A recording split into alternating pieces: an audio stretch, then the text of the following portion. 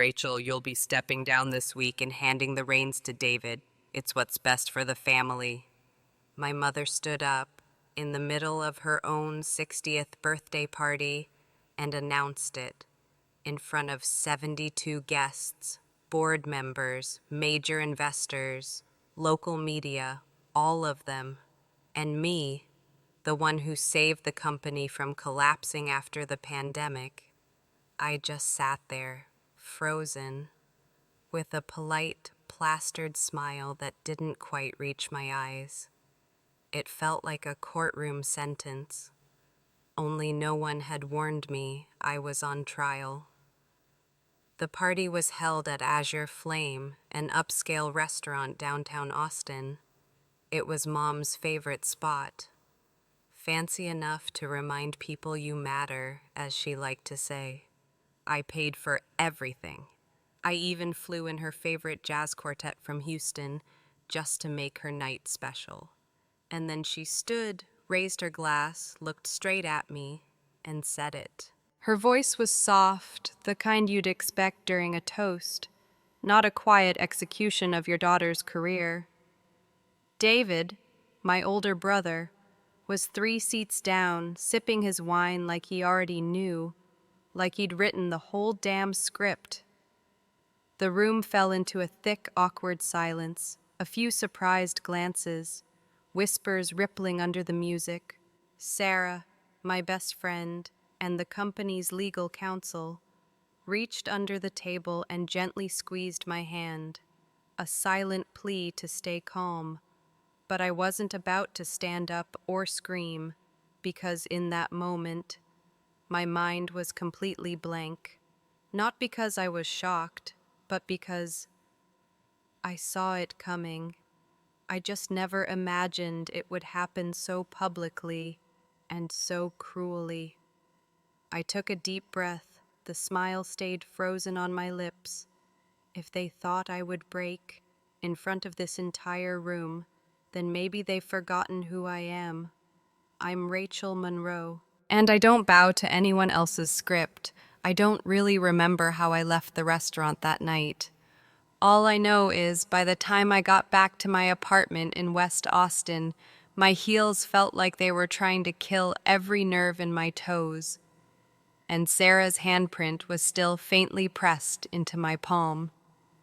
She had held my hand through the whole evening, but no one could stop my heart from falling. I collapsed onto the floor, my back against the shoe cabinet, right next to the old college backpack I still couldn't bring myself to throw away. Funny, isn't it?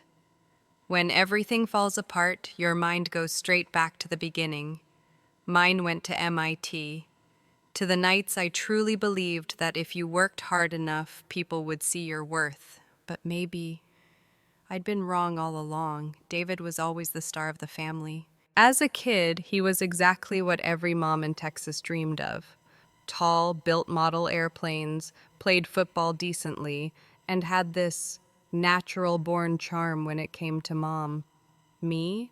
I was the quiet one, the girl who preferred solving equations to setting the dinner table, who'd rather build business models in Excel than go fishing with Dad on Sunday mornings. And that made me the uncomfortable difference in my mother's eyes. When I won first place in the national math competition, Mom just said, "Don't let the Jackson boy next door find out you won some weird thing like that." But when David placed third in a local football throw, she threw an entire BBQ party to celebrate. The older I got, the harder I tried. Early college admission, graduated with honors, became the youngest strategy analyst ever hired at a major New York investment firm. But every phone call home started the same way. "David's thinking of launching his own company. You free to help him with a marketing plan?" When Dad passed away, I was 26. I was the one sitting beside him during his final breath. I signed the hospital paperwork. I drove Mom home in silence. David? He flew in 2 days late, just in time for the funeral, snapped a few photos for Facebook, then flew back to Miami. "Big meeting with potential investors," he said. I still remember hugging Mom afterward, trying to comfort her. Everything's going to be okay. She pushed me away, wiped her tears, and said flatly, "Everything will be okay when David gets stronger. He needs you." Not a single "thank you for being here." Not even a "you deserve support too." Just another reminder. I was the one expected to carry someone else's weight. After Dad's death, I moved back to Texas and took over the family construction business, which at the time was hemorrhaging money and on the brink of bankruptcy thanks to David's poor decisions. I spent 3 years restructuring everything, securing funding, rebuilding the engineering team, slashing risky vendor contracts. I pulled the company from $2.4 million in debt to profitable growth within 18 months. And now, they want me to hand it all over? Not because I failed, but because I succeeded so thoroughly that the old system had no place left to stand. I let out a bitter laugh, echoing through my empty apartment. Maybe it's time I stopped trying to be seen and start taking back what should have been mine all along. The next morning, I woke up unusually early, not because I slept well, but because I couldn't pretend anymore. Pretend that last night was some kind of misunderstanding. Pretend that my mom would call, say she misspoke, try to smooth things over. She didn't. The silence from my phone only confirmed what my heart had known all along. This had been planned. For a while. I brewed some coffee and stood by the window, watching Austin wake up in the soft glow of early morning. My hand, almost on autopilot, opened the bottom drawer of the kitchen cabinet, the place I kept things I couldn't use, but couldn't throw away either. And there it was, tucked between old papers, a cream-colored envelope, the handwriting instantly familiar, slanted. Elegant. For Rachel, in case the day ever comes when you have to choose. It was from my grandmother, written 2 weeks before she passed. I knew that because it was postmarked from Rosewood Home, the care facility where she spent her final 5 years. I'd meant to open it at her funeral, but I didn't. Back then, I still believed everything would be okay. I still wanted to believe that, no matter how broken, my family was still home. Now, with trembling hands, I unfolded the letter. Her handwriting was still neat, steady, warm. It felt like she was right beside me, reading it out loud in that gentle voice I hadn't heard in years. My girl, if you're reading this, then you've arrived at the crossroad I always feared for you. I'm sorry I can't be there. But some battles, my dear, can only be faced by you, and you alone. She went on to tell me something I never knew, that years ago, my mother had also been pushed out of the company, betrayed by the very people she loved, and my grandmother had watched it happen and had seen it repeat, a pattern. In our family, strong women always got their wings clipped, simply because they didn't know how to bow when expected. You are not the first to be asked to sacrifice yourself to protect someone else's image, but you can be the last, if you're brave enough to break the cycle. Attached to the letter was a small, worn brass key, along with a tiny slip of paper, Safe Deposit Box 947, Rosewood Home, Basement Level 2. The old manager still remembers me. I sat there for a long time, my heart pounding like a drum at some sacred ritual, not out of fear, but because I knew the moment I opened that box, everything would change. There'd be no turning back.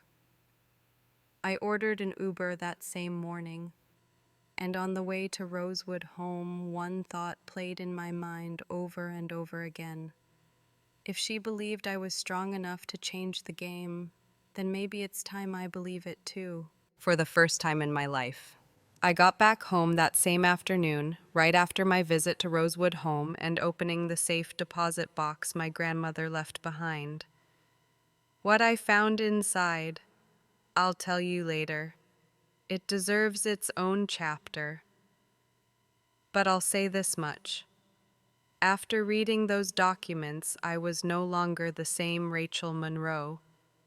As soon as I stepped into my apartment, I saw 3 missed calls. Mom, David, Aunt Susan, 3 names, 3 familiar voices, all dialing in for the same reason.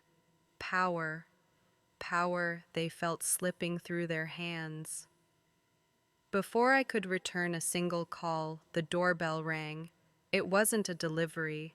It was my mother, standing in a beige tweed dress, eyes sharp and unblinking. "We need to talk," she said, like I was a child who'd just broken a lamp in the living room. I opened the door. She walked in like she owned the place, scanning the room with that usual look, observing everything, seeing nothing. "What were you doing at Rosewood?" she asked, cutting straight to it. "Visiting Grandma," I replied, eyes locked on hers. "She's gone." "Her words aren't." She paused. For a second, I caught a flicker of worry in her expression, but it was quickly replaced by her usual composed facade. "Rachel, you're letting emotions cloud your judgment. You know what's best for the company." "And what's best for the family?" I added, my voice steady. "I've heard that line for 30 years." She sat down on the couch. "David isn't perfect, but he's a man, Rachel. He's the eldest. He's the one who can close deals with the big partners. They trust men more." I looked at her and gave a cold smile. "I get it. It's not that David's better. It's that men are assumed to be enough, by default." Just then, David video called. I picked up, put him on speaker. "What are you doing, Rachel?" He jumped in. No greeting, no preamble. "Returning leadership to the family," I said, light as a breeze. He sighed, the kind of sigh that comes right before a lecture. He was clearly trying not to explode. "You're making a mess. Do you have any idea who built this company? Dad, Mom, and the connections I've nurtured over the past 10 years. "And the last 3/4 of growth?" I asked. "Was that you or was it me, cleaning up after 2 shady deals you signed behind the board's back?" Silence. On the screen, David's face darkened. Less than 10 minutes later, Aunt Susan called. I already knew what role she'd play. The mediator, the voice of reason, the keeper of tradition. "Sweetheart," she began softly, "I know you're smart and strong, but sometimes a woman needs to take a step back to keep the peace." "And who's stepping back for my peace, Aunt Susan?" I asked. "Every generation of women in this family has stepped back. So far back we don't even exist anymore." "That's not fair," she said, gently scolding. "No, it's honest," I replied. "And I'm done sugarcoating the truth to make it easier to swallow." The call ended with a long, heavy sigh. No yelling, no slamming of phones, but I knew they were afraid, because for the first time in my life, I didn't ask for permission. I didn't wait to be accepted. I made a decision. 3 days after the little family talk, I got an email from one of our company's biggest investors, Devlin Partners, headquartered in Chicago. We had just signed a memorandum of understanding worth nearly $18 million to expand our construction equipment distribution network across the southern states. Subject line: urgent, internal concerns raised, requesting clarification. The message? Only 4 lines long. "We've received internal reports indicating a serious leadership dispute within Monroe Construction. Concerns have been raised regarding the CEO's mental stability, impulsive behavior, and financially erratic decisions. Please confirm the current situation as soon as possible. If clarification is not provided within 72 hours, the agreement will be suspended pending a full review of trustworthiness criteria. I read it 3 times. Impulsive, unstable.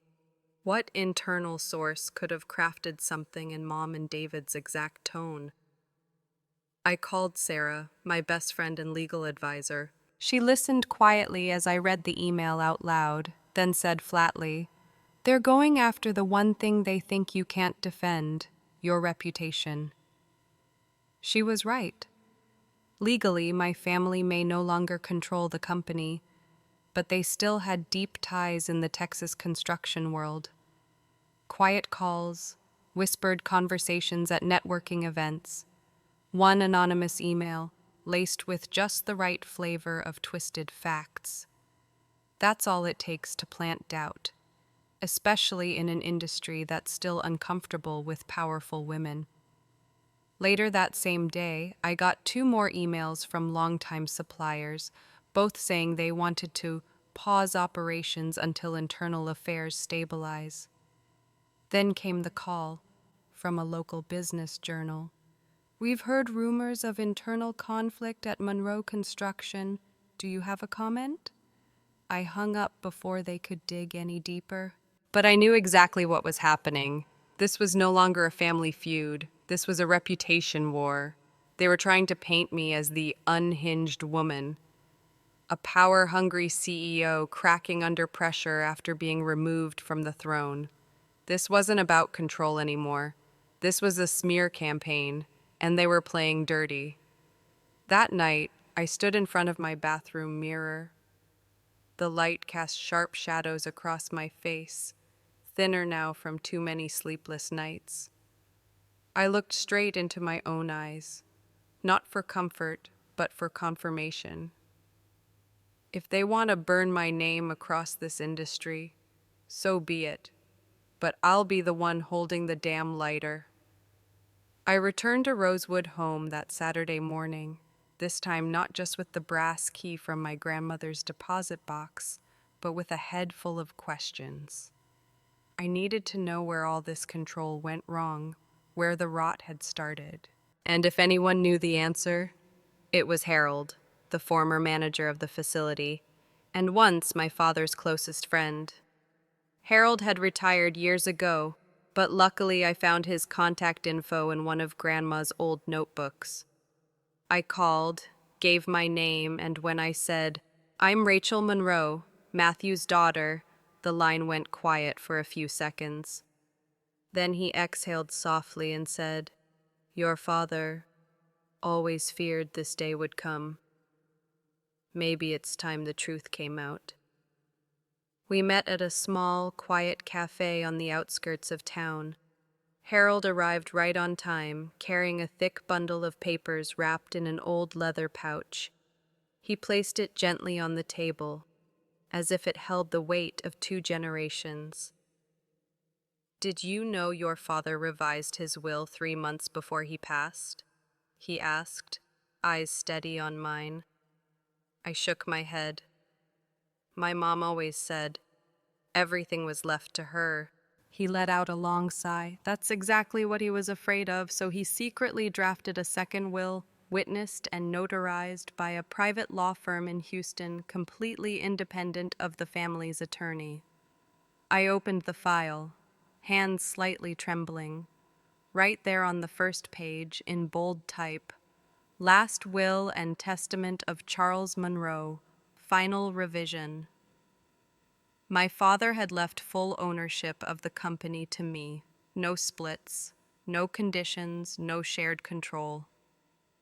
He had written, "I leave the entirety of my shares and executive authority at Monroe Construction to my daughter, Rachel Monroe, the only person in this family who understands both the technical and moral foundations of this company." My mother? Capped at 10% equity. David? Not mentioned at all. My throat tightened. "Why have I never seen this before?" I asked, my voice rough, nearly breaking. Harold sipped his coffee, then said calmly, Because the person who brought the death certificate to the Houston law firm to close the file, so wasn't you. It was your mother. She got there first. Told the firm she needed the original will to handle things internally. The lawyer didn't question it. She was the legal spouse after all. No one from your side ever followed up. Until now. I felt a hot rush of blood flood my temples. A legal binding will, hidden by the same woman who'd worn the mask of loving wife and devoted mother. My father had chosen me. He'd entrusted me. And they, my mother and David, had erased that truth and built their reality over it as if his final wishes never existed. I took a long breath and looked up at Harold. "Can I get a certified copy of this?" He smiled just faintly. "You won't need to. His attorney is still practicing. And he still has the original on file. If you'd like, I can arrange a meeting immediately." I nodded slowly, and in that moment, I felt him, my father, still here, still fighting right beside me. This fight was no longer about me. It was about the truth. I came home with a notarized copy of the will in my bag, but this time I didn't lock myself away like I had so many times before. Instead, I opened my laptop, plugged in the external hard drive I'd kept hidden for years, a backup that held every internal file from the company going back 3 years, because I've always had this habit, over-documenting, over-explaining, just in case. That night I didn't sleep. I did what I've always done best, connect the dots, look at the full picture. And what I saw was a carefully constructed web of long-term manipulation. I uncovered a $210,000 payment labeled external consulting from last quarter, with no contract, no meeting records, signed by David. A supply deal with a construction equipment vendor owned by one of my mother's close friends, charging us 40% above market value. An internal email revealing my mother directly intervened in the executive board nomination list, eliminating 2 candidates who were too openly supportive of Rachel. I copied everything, 3 separate USB drives, encrypted, and I sent them to 3 people: Sarah, my best friend, and our legal counsel. Lucas, head of finance, the one who once told me, "You're the reason I still work here." Renee Davis, an independent board member and one of my father's oldest friends. 3 people, 3 roles, 3 directions to strike back. The next day, I arranged a casual lunch with Renee at her favorite waffle cafe, the same one she used to visit with my dad. I placed the USB in her hand and simply said, "I don't need you to take my side. I just need you to take the truths."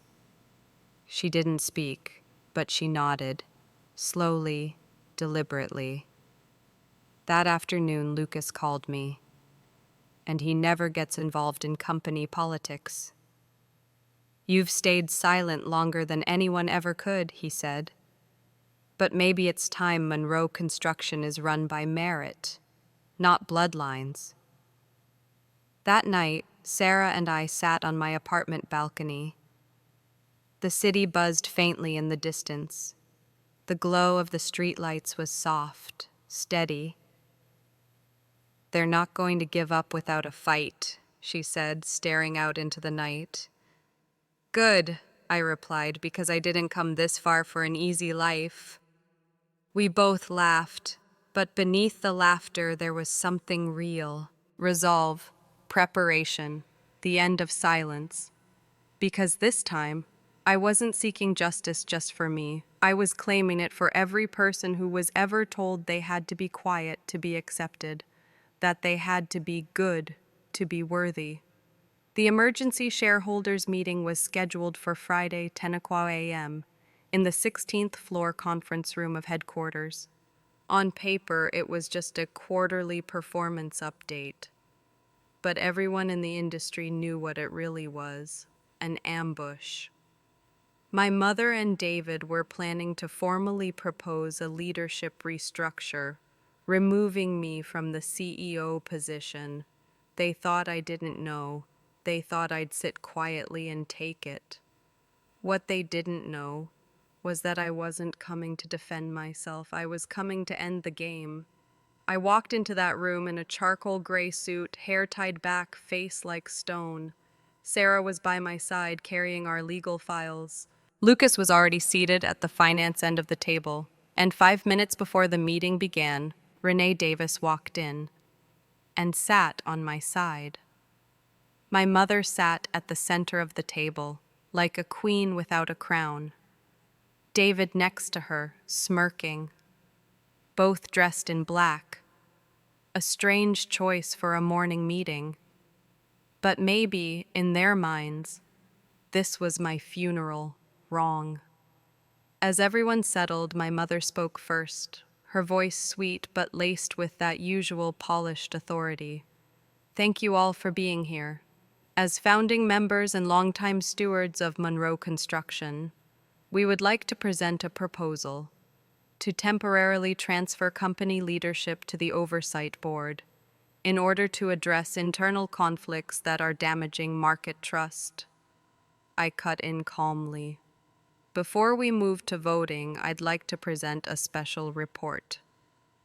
The room shifted, some murmurs, but no objections. I was still, legally, the CEO.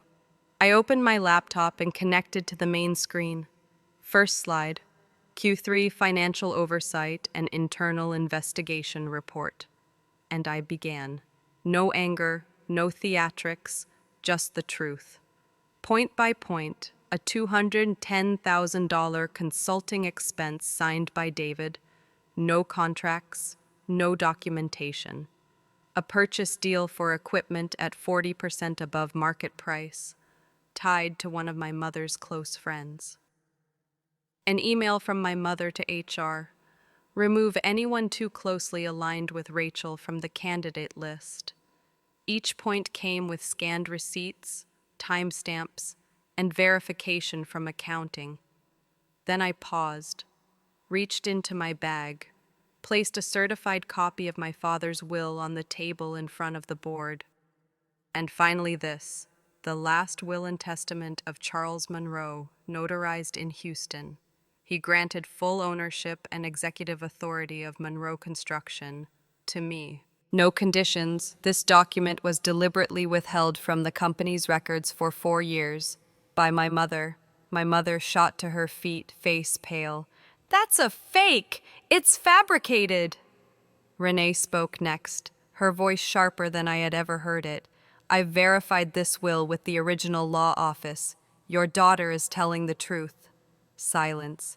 David lowered his head.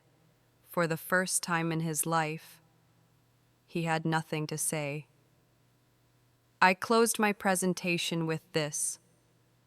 I'm not standing here to beg for my seat. I'm standing here to end the misuse of family as a shield for corruption. If you still believe in competence, in transparency, in justice, then let your vote reflect that. Not comfort, not connection, but courage. The vote took 7 minutes. Result, I remained CEO. David was suspended from all executive duties. My mother was permanently removed from the board. When I left the room, no one clapped, no one congratulated me, just nods, a few steady gazes, and slight tilts of heads. It wasn't applause. It was recognition. The kind I had been waiting for my entire life. I thought that after the shareholder meeting, the only thing I'd have to face was the long silence from people who once called me family. But I underestimated something far more toxic than internal whispers: the media.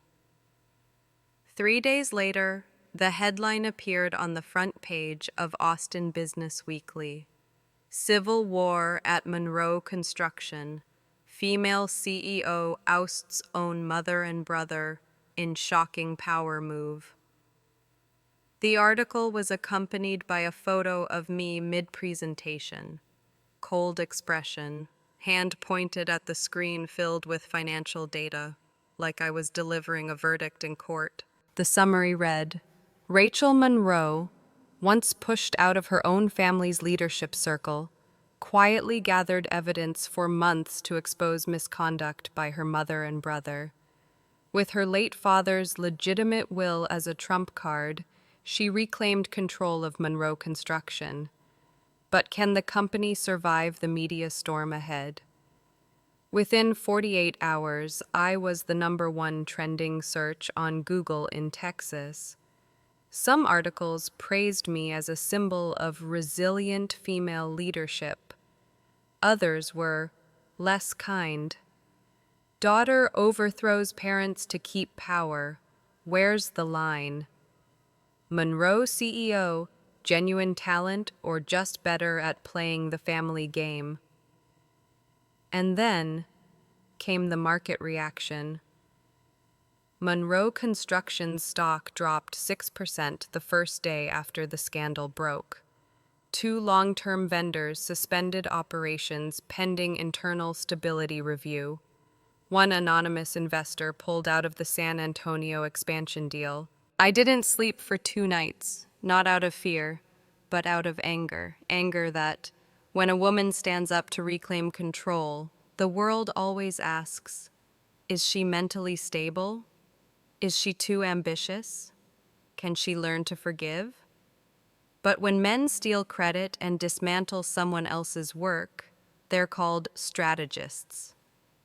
I knew I needed a counterpunch, but this time, it couldn't be another private board meeting. It couldn't be fought in the shadows. This time, I went public. With Sarah's help and an independent media agency, I agreed to an exclusive interview with Forbes Local, not to repair my image, not to play nice, but to speak the truth. We did the interview in my office. No makeup crew, no scripted talking points.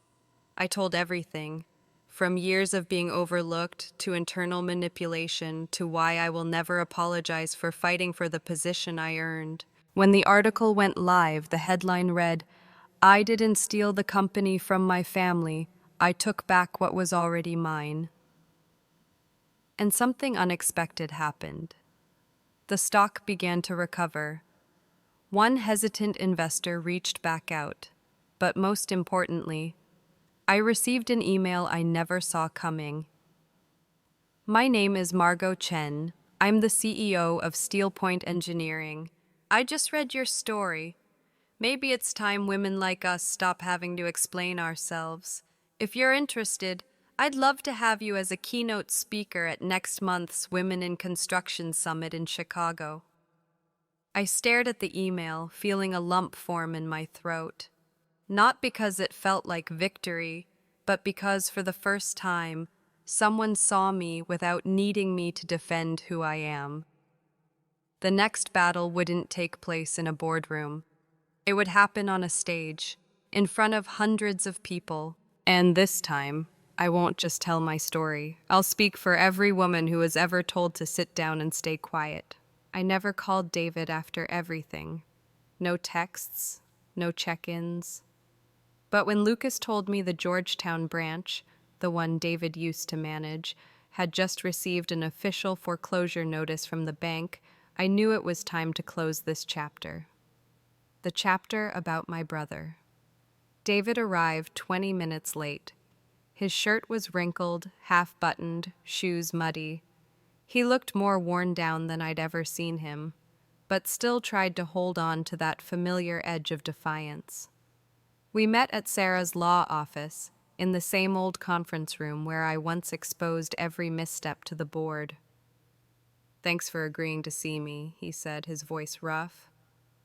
I'm not here out of gratitude, I replied, eyes steady. I'm here out of responsibility. He let out a long sigh. I know I messed up, not just because of money, but because I couldn't stand losing to you. I didn't know who I was if I wasn't the one Mom picked. I said nothing. For the first time in our lives, my brother wasn't blaming anyone. He wasn't playing the victim. He wasn't posturing. He was just raw. The kids moved in with Rachel's parents, he added, referring to his wife. She said, "When I learn how to be an adult, I can call again." I placed a stack of documents in front of him. "This is the final offer. No negotiations, no revisions." David opened it. An employment contract. Position: Southern Regional Operations Manager. Base salary with benefits. One clause stood out. He would be required to complete a small business management certificate at Austin Community College within 9 months. Failure to complete would result in termination. You'll work for the company as a regular employee. You'll report directly to management. No founding member title. No say in company strategy. He looked up. "What about Mom?" "She's not part of this contract," I said softly. "And she's not part of the recovery plan." I slid a pen across the table. He took it, hesitated. "One more thing," I added. "If you sign, I'll authorize the removal of your name from the company's public list of internal legal actions. That could help you rebuild your personal credit." David stared at me for a long time. Then finally, he signed. "Do you hate me?" he asked quietly, still not looking at me. I shook my head. "I don't hate you. I just don't have it in me to keep trying anymore. I tried to be the good sister, tried to protect the image of a perfect family, tried to carry everyone when things fell apart. But now, the only thing I'm willing to fight for is fairness." He nodded. And in that moment, his expression wasn't performative regret. It was quiet shame, the kind that only shows up when someone actually starts to grow up. When he walked out of the room, I didn't follow, but I did watch him leave, not because I needed him to come back, but because I needed to know that I could give without losing myself. I saw my mother again on a Saturday afternoon at the old house in Travis Heights, the place I grew up, the place that was once a home, and also the first invisible cage I ever knew. She opened the door without surprise, wearing a slate blue sweater, her hair tied neatly at the nape of her neck. She looked older than the last time I saw her, not from age, but from the quiet collapse that comes when there's no one left to control. We sat across from each other in the living room, surrounded by a space so familiar it almost choked me, the chestnut-colored rug, the porcelain vase she always kept centered on the table, the faint scent of lavender oil in the air. "Would you like some tea?" she asked. "No, Mom," I replied. "I'm not here for tea." No small talk. I placed a copy of the internal ruling on the table, confirming her role in concealing the will, manipulating personnel, and tampering with financial records. She glanced at it, then gently slid it back toward me. "I knew you'd do this," she said. "Because you think I'm just like you," I said. She looked up, paused, then nodded, just once. "I used to be a lot like you," I continued. "Good at enduring, good at staying quiet, good at pretending everything was fine." "And now you think you're nothing like me?" she asked, her lips trembling slightly. "No," I said softly. "Now I choose not to live like you anymore." A long silence fell between us. No drama, just the gentle hum of wind brushing against the window frame. "I thought if you were strong like me, you wouldn't get hurt," she whispered. "I thought shielding you from softness was the only way to protect you." "But you didn't protect me," I said. "You protected the system, you protected David, you protected your image, but me, you never once asked what I needed." Her cheek twitched. She turned away. I only did what I thought was best. I don't need you to apologize, I said. I came to tell you I'm not walking back anything I've done. I'm not returning. I'm not stepping aside, but I don't hate you. I stood up, picked up my bag. At the door, I turned slightly. If you want to see your grandchild someday, I won't stop you, but you'll need to call ahead. And you'll come to my home. No one's coming back here just to be accepted anymore. I walked out without looking back, and in that exact moment, as the door clicked shut behind me, I knew I had just freed both of us from a chain we'd mistaken for loyalty, when it was really obligation dressed as love. 6 months after that fateful boardroom showdown, I stood in the backyard of our new home, a modest little house in the western suburbs of Austin, with a white picket fence and string lights Sarah had carefully hung at the end of fall. Tonight was our engagement party. It wasn't a big crowd, just close friends, a few colleagues, and a small circle of people who stood by me through the darkest days. Lucas, Ms. Renee, a few engineers from the project team, and something unexpected, Rachel, David's wife, and their 2 kids. David didn't come, but he sent a short letter. Thank you for not pushing me further when you could have.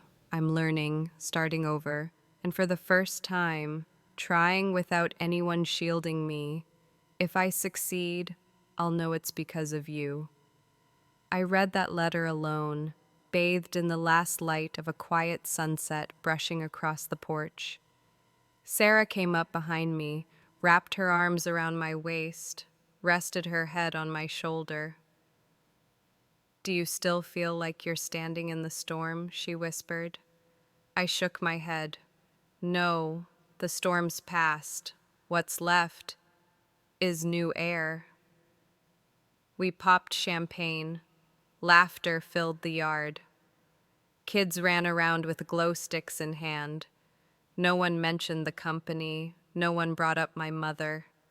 No one asked about the family scandal that once filled headlines, because everyone there understood the most important thing I reclaimed wasn't the CEO title, wasn't the money, wasn't the win. It was the right to live truthfully, without permission, without apology, without needing forgiveness to feel worthy. And the lesson I carry with me after everything is this: family is not the place where you have to stay silent to be accepted. If it's truly family, it's where you can speak, be heard, and still be loved. And if it's not, then you have every right to build a new family, a new circle, where love isn't conditional on self-erasure, where boundaries aren't betrayal, where you don't have to shrink so someone else can feel big. I once thought my legacy was a company, but it's not. My real legacy is making sure the next generation doesn't have to fight just to be themselves. And if that happens, everything I went through was worth it.